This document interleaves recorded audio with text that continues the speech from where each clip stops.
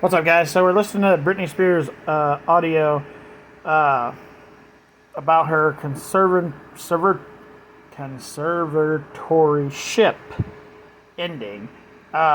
This is the fifth part of this audio. Right now, we're getting to the spot where And I think just by my fans know. we're getting to the spot where she just got taken out of.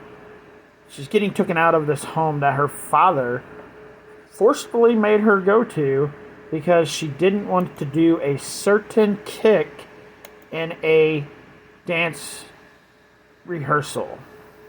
She wanted to do something different, so they sent her to this home, and now they're getting ready to let her out of this home because this is around the time that the Free Britney movement started happening.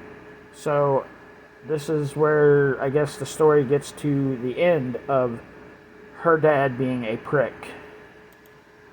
By heart that something was up. I remember one of the guys were on an interview on the street, and he said, "You know what? I could be totally wrong, and if I'm wrong, I'll be really, really embarrassed, and I'll just go have a drink somewhere." He said, "But I do feel like they're doing something to her right now, and I'm not surely what it is, but that's what my heart says."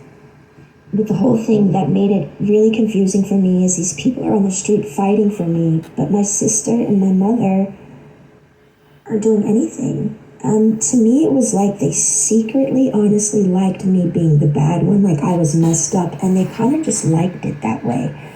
Otherwise, what? I kind of think that's still how it is with her sister and her mother, because her sister's been kind of a bitch about all this, in my opinion.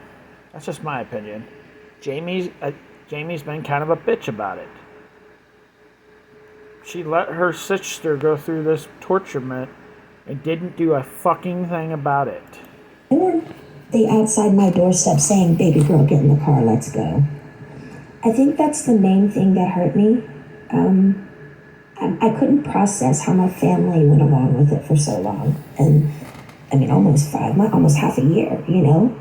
And their only response was, "We didn't." No, the conservative ship went on for a while, but she's talking about a half a year in this like treatment center type of thing she had to go to. No. I'm like, "I'm on the phone telling you right now, I'm here, please." Eventually, by the grace of God and praying on my knees, I left the place. But I was still scared. I was really, really scared. And from then on, I had support. I needed a lot of support. And I found two really, really great people that would come to my house weekly and just help me with my mind, because I didn't understand all the therapy that I had to do there. But why have therapy when it's forced and in like a militant, almost prison-like way that like is where you're not even all there, and none of it made sense. Well, I think my strength grew because I didn't reach out to my dad anymore.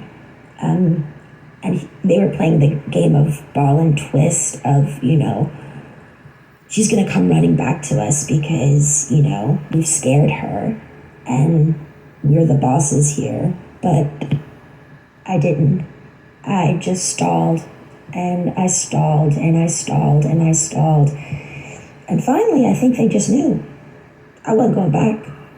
And I finally got a lawyer. A wonderful friend finally got me a lawyer. And he really helped me through it. To me, the thing was, I think the trauma of all of it. And That's crazy. So she had to get a lawyer through a friend because she still didn't have control of her own money. Luckily, she had a friend. I don't know who she's talking about or who gave her, who the friend is that helped her get a lawyer. But thank God there was somebody that seen through the bullshit and said, "Let me get you a lawyer." Because Britney can't use her own damn money. Because her dad has complete control of it. And just the whole thing together, and going down to how much effort and work and heart I put into what I did when I did work, even down to the details of how many rhinestones are going to be in my costume. And I cared so much. And They literally killed me. They threw me away. That's what I felt. I felt like my family threw me away. That's kind of what it seems like to me by listening to your story. They just didn't give a fuck and said, shh, whatever. That's what happened.